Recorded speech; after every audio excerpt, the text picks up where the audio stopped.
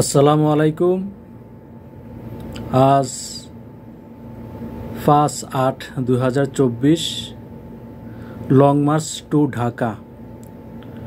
সবাই এই আন্দোলনে যোগদান করার জন্য চেষ্টা করবেন, যাতে ছাত্রদের গণ আন্দোলন সফলতার মুখ দেখে ইনশাল্লাহ আগামীকালই ফয়সালা হয়ে যাবে। এই সরকার পতনের সর্বপ্রথম একটি কারণ হলো অহংকার। অহংকার হচ্ছে পতনের মূল। কথায় কথায় বলতো আমি যাকে ধরি তাকে ছাড়ি না, অনেক কিছু করছে। আমাদের প্রাণপ্রিয় বাংলাদেশের মাওলানা হযরত দেলোয়ার হোসেন সাঈদী সাহেবকে শহীদ করে দেওয়া হয়েছে। অনেক মাওলানাদেরকে ফাঁসির কাস্টডিতে ঝুলানো হয়েছে। অনেক কিছু তার মন গড়া মতো মিথ্যা প্রমাণ সাক্ষী দিয়ে অত্যাচার, লাঞ্ছিত, বঞ্চিত করছে। পাপ কেউ ছাড়ে না। আজ পাপ তাকে চারদিক থেকে ঘিরে ফেলেছে। ইনশাল্লাহ আমাদের জনগণের আশা আকাঙ্ক্ষায় প্রস্ফুটিত হবে, সফলতা হবে। ইনশাল্লাহ আল্লাহ তাআলা কবুল করবেন। আর আজকের একটা দৃশ্য দেখে আমার মধ্যে আনন্দে ভরে গেল যে সেনাবাহিনী বাংলাদেশের আমরা যে প্রত্যাশা করেছিলাম তারা জনগণের মধ্যে মিশে যাবে। ইনশাল্লাহ আমাদের জনগণের মধ্যে মিশে গিয়ে তারা যে সাপোর্ট দিয়েছে, আজ আন্দোলন যে সুন্দরভাবে, সুসংগঠিতভাবে, শৃঙ্খলভাবে উঠেছে, এজন্য শুকরিয়া, আলহামদুলিল্লাহ। ছাত্রদের, জনগণের প্রতি দোয়া রইল। আর এর মধ্যে দিয়ে লীগ নামে যে ছাত্ররা সন্ত্রাসী চালিয়েছে কার্যক্রম, যেমন ভিতরে আগুন জ্বালিয়েছেন, বিভিন্ন কাজকাম করে ছাত্রদের উপরে প্রলোভ দেওয়ার চেষ্টা করছেন, এটা সবাই ধরে ফেলেছে। এমনকি এনটিভির এক সাংবাদিককেও এই বিষয়টা নিয়ে কথা বলতে আমি দেখেছি। আর পুলিশ, আজকের মধ্যে পুলিশ মারা গিয়েছে 14 জনের মতো। এই পুলিশ হত্যাও ছাত্র জনতা কেউই করেনি। এই পুলিশ হত্যা করেছে লীগ সন্ত্রাসীরা। তারা এই হত্যাকাণ্ড করিয়ে এর দায় বার দিতে চাচ্ছিল এই আন্দোলনের উপরে। এটাও তাদের সফলতা হবে না। জনগণ সবাই বুঝে গিয়েছে। প্রমাণাদি সব কিছুই সংগ্রহ করা হয়েছে, কিভাবে কি করা হয়েছে ইনশাল্লাহ। তারপরে বাংলাদেশের মধ্যে একটা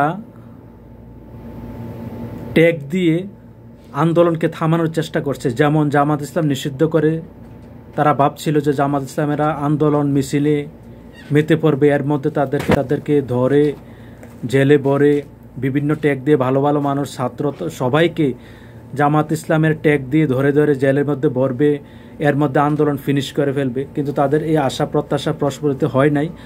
আমাদের ছাত্র সমাজ খুব চালাক।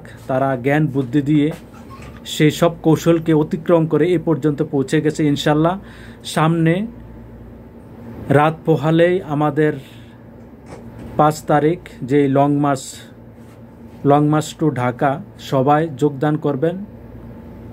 ইনশাল্লাহ সবাই একতাবদ্ধ হয়ে থাকবেন।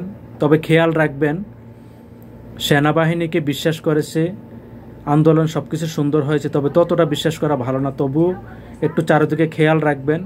কোনো সেনাবাহিনী বলেন বা যে কোনো একটা প্রশাসনের লোক বলেন, ভারী অস্ত্র নিয়ে কোনো গণমানুষের ভিতরে যাতে অংশগ্রহণ না নেয়, তাদেরকে যাতে সাইটে রাখে। এমনকি সবার নজরদারিতে কয়েকজনে তাদেরকে ফলো করে। আর সেনাবাহিনী আমাদের সাথে 5 তারিখে যদি কাঁধে কাঁধ মিলিয়ে এই পরিস্থিতি মোকাবেলা করে তাহলে তো আরও ভালো। তাই আশা করছি 5 তারিখের লং মার্চ টু ঢাকা সফলতা দেখবেই। গণ যে অভ্যুত্থান, গণ যে আন্দোলন, ছাত্র সমাজের আন্দোলন সব একাকার হয়ে গিয়েছে। জনগণের মনের আশা আকাঙ্ক্ষায় ছাত্র সমাজ এতটুক পর্যন্ত এগিয়ে নিয়েছে। তাই ছাত্র সমাজের প্রতি, গণ আন্দোলনের প্রতি আমাদের দোয়া রইল। আগামীকাল ইনশাল্লাহ এই সরকারের পতন হবে। গণভবন ঘেরাও করে এই সরকারকে পতন করে নতুন এক সোনার বাংলাদেশ উপহার দিবে ছাত্র সমাজ এই গণ আন্দোলনের মাধ্যমে। গণ জোয়ারের মধ্যেই প্রস্ফুটিত হবে এই গণ আন্দোলন। গণজোয়ার গণভবনকে ঘেরাও করে সরকারকে পতন করে নতুন একটি সরকার প্রতিষ্ঠিত করবে। নতুন সোনার বাংলাদেশের জনগণকে উপহার দিবে, এই আশা প্রত্যাশায় আমরা ব্যক্ত করছি। আমি একজন প্রবাসী, আমরা প্রবাসীর তরফ থেকে দোয়া রইল। আমরাও আশায় দিন গুনছি, ক্ষণ গুনছি, কখন যে সুখবর আসবে। বাংলাদেশ স্বাধীন হয়েছে, বাংলাদেশ একটি নতুন সোনার বাংলাদেশ গঠিত হবে, বাংলাদেশ আবারও স্বাধীন হবে দ্বিতীয়বারের মতো। এই আশা প্রত্যাশায় দিন গুনছি, ক্ষণ গুনছি। ইনশাল্লাহ